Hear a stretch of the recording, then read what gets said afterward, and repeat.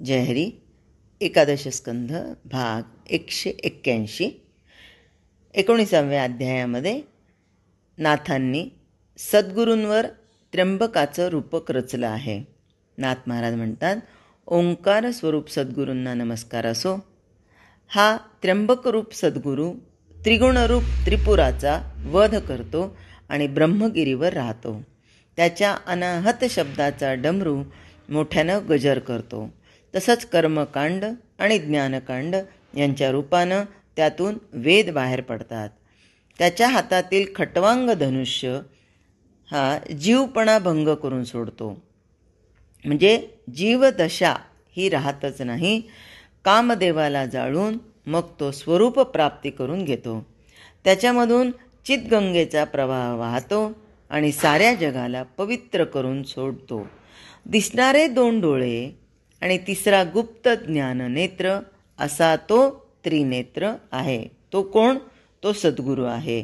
त्याची चितशक्ती भवानी हीच या संसाराला प्रकाशित करते.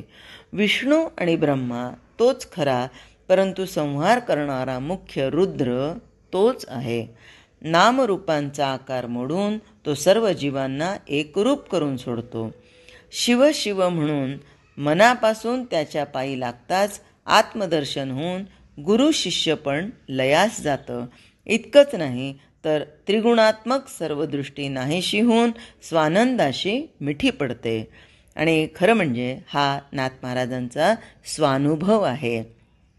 कारण जेव्हा त्यांनी एका पैची चूक शोधून काढलेली होती, रात्रभर जागरण करून, आणि सकाळी सकाळी ब्रह्ममुहूर्तावर जेव्हा त्यांनी टाळी वाजवली एका पैची चूक सापडल्याची, त्या क्षणाला जनार्दन स्वामी म्हणाले होते, अरे एका पैची चूक सापडली तर इतका आनंद झाला, ते एक तत्व गवसलं तर काय वाटेल, तुला प्राप्त करून घ्यायचं आहे का? एक तत्व म्हणजे परमात्मा, आणि हा परमात्मा प्राप्त करून घ्यायचा असेल तर त्रिगुणांचा लय होणं गरजेचं आहे, त्रिगुणातीत होणं गरजेचं आहे. आणि म्हणून मग असा त्रिगुणातीत गुणातीत असणारा परमात्मा प्राप्त करून घेण्यासाठी मात्र साधना करणं गरजेचं आहे. आणि त्यावेळेस जनार्दन स्वामी हे नाथ महाराजांना म्हणाले होते की आज संध्याकाळी तुला त्या एक तत्वाचा परिचय करून देतो आणि तू तयार राहा. मग नाथ महाराजांनी उपवास केला होता. म्हणजे आपण उपवास करतो तो पदार्थांशी करतो, पण नाथांनी उपवास केला तो उप म्हणजे जवळ आणि वास म्हणजे राहणं, भगवंताच्या सानिध्यामध्ये राहणं. ते कसं राहणं? मनापासून मनामधून राहणं. देह हा कुठे आहे याचा संबंध नसतो, तर मन कुठे आहे याचा संबंध असतो. आणि तो उपवास केला. आणि जनार्दन स्वामींनी शूलभंजन पर्वतावर मल्लंगाच्या अवतारामध्ये दत्तात्रयांनी त्यांना दर्शन दिलं. ते सद्गुरूंनी घडवून आणून दिलं. आणि त्या क्षणाला या त्रिगुणात्मक सर्व सृष्टी नाहीशी होऊन नाथांची स्वानंदाशी मिठी पडली. आणि हे सगळं करता करविता कोण असतो? तर सद्गुरूच असतो. आमचं मात्र अनुसंधान असणं गरजेचं आहे. आपणही ज्या मार्गावर वाटचाल करत आहोत त्या मार्गावर आपलं नित्यता, सातत्य, नित्यनेम प्राणितो दुर्लभ लक्ष्मी वल्लभ तयाजवळी म्हणतात, त्याप्रमाणे सातत्य राहणं अतिशय गरजेचं आहे. आणि हे राहण्यासाठी ज्ञान आणि विज्ञान हे आम्हाला कळणं अतिशय गरज आहे, अतिशय आवश्यक आहे.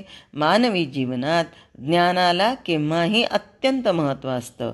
ज्ञान म्हणजे वस्तूचं यथार्थ स्वरूप कळणं. ते कळलं म्हणजे वस्तू ताब्यात आणण्याचं सामर्थ्य आपोआप येतं. सामान्य मनुष्य जगताचं पुष्कळ ज्ञान मिळवतो.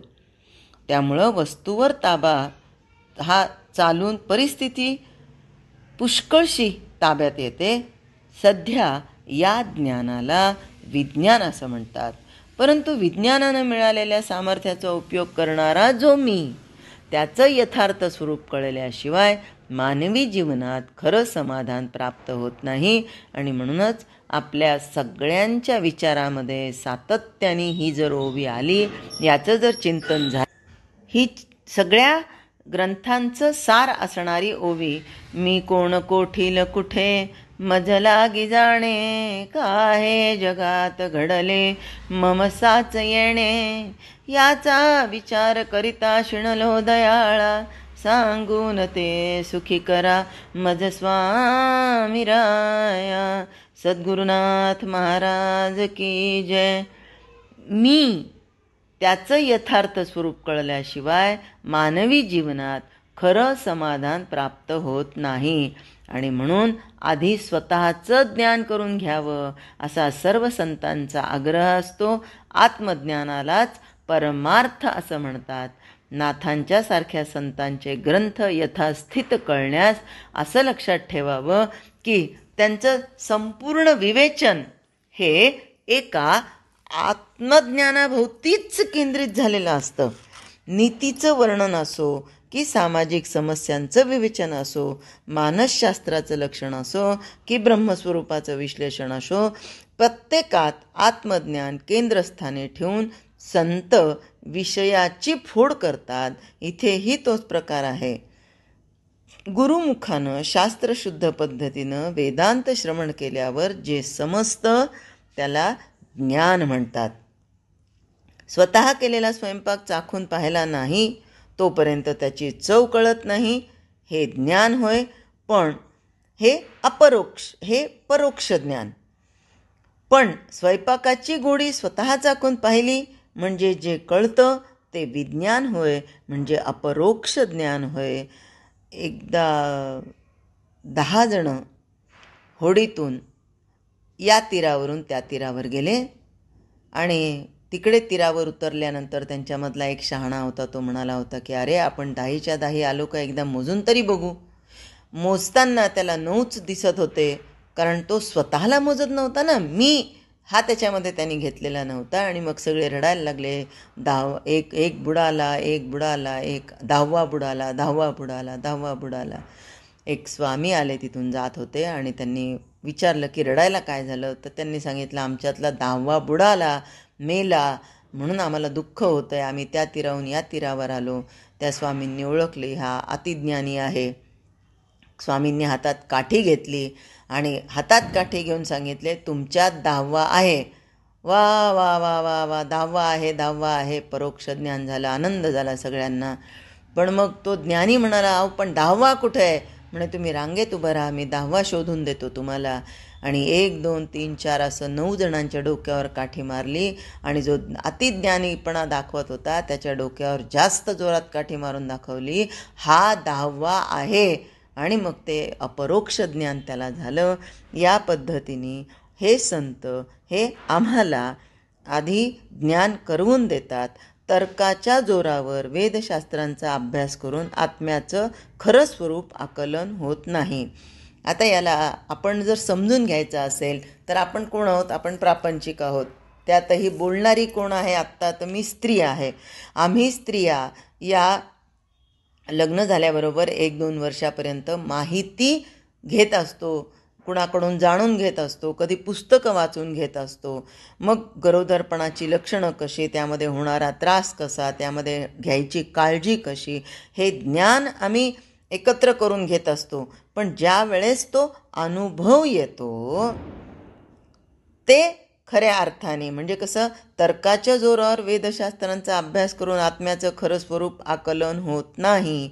हे कसं, तर नुसतंच माहिती गोळा केल्याने खरं ज्ञान होत नाही, तर शास्त्रांमध्ये जे सांगितलं त्याचा साक्षात अनुभव आला म्हणजे तिथे अनुमानाला प्रवेश राहत नाही. वृत्तीरूप ज्ञान आपोआप गळून पडतं आणि आत्मदर्शन होऊन अद्वयानंद स्थिती प्राप्त होते. त्या अवस्थेत बंध आणि मोक्ष दोन्हीही नाहीसे होतात. जसं की गरोदरपणाचं फक्त ज्ञान संकलित करून होत नाही, तर गरोदरपणाचा अनुभव घेतल्यानंतरचा जो आनंद आहे ते हे ज्याचं त्यालाच मिळतं. म्हणून नाथ महाराज आपल्याला इथे सांगतात की वृत्तीरूप ज्ञान त्या क्षणाला, कोणत्या क्षणाला, जेव्हा आत्मदर्शन होतं त्या क्षणाला गळून पडतं. आणि आत्मदर्शन होऊन अद्वयानंद स्थिती प्राप्त होते. त्या अवस्थेत बंध आणि मोक्ष दोन्हीही नाहीसे होतात. जीव आणि परमात्मा दोन्ही एकच आहेत असं जाणणं, असा अनुभव, असं जाणणं, असं समजून घेणं हे ज्ञान. तर ऐक्य भावनेनं परमात्म सुख भोगणं म्हणजे हे अपरोक्ष ज्ञान, म्हणजेच विज्ञान होय. ज्ञान विज्ञान संपन्न होऊन जो भगवंताचं भजन करतो त्याचं भजन हे अहोरात्र चालतं. अहोरात्र म्हणजे श्वासागणिक भगवंताचं ध्यान चालू असतं, नाम चालू असतं. बाई मी विकत घेतला श्याम, कसा श्वासा इतुके मोजियले हरिनाम. आणि मग विकत घेतला श्याम असं होतं. तर ऐक्य भावनेनं परमात्मा सुख भोगणं याचंच नाव विज्ञान. आणि म्हणून असा भक्त ज्यांनी ज्ञानविज्ञान संपन्न होऊन जो भगवंताचं भजन करतो त्याचं भजन अहोरात्र चालतं. तिथे ताल चुकत नाही, स्वर चुकत नाही, शब्द चुकत नाही, कारण ते तिन्ही अवस्थांमध्ये स्थिर राहतं. असा भक्त जिथे जिथे जे जे काही पाहतो तेथे तेथे त्याला एका भगवंताशिवाय दुसरं काहीच दिसत नाही. या अनन्य भजनाला शुद्ध भक्ती असं म्हणतात. अनुभवाचं ज्ञान प्राप्त झालं म्हणजे साधकाला परमानंदाचा लाभ होतो. आणि जे जे वेदांत श्रवण करतो ते ते तो स्वतःच होत जातो. असं होणं हेच अपरोक्ष ज्ञानाचं खरं शुद्ध लक्षण आहे. जय हरी.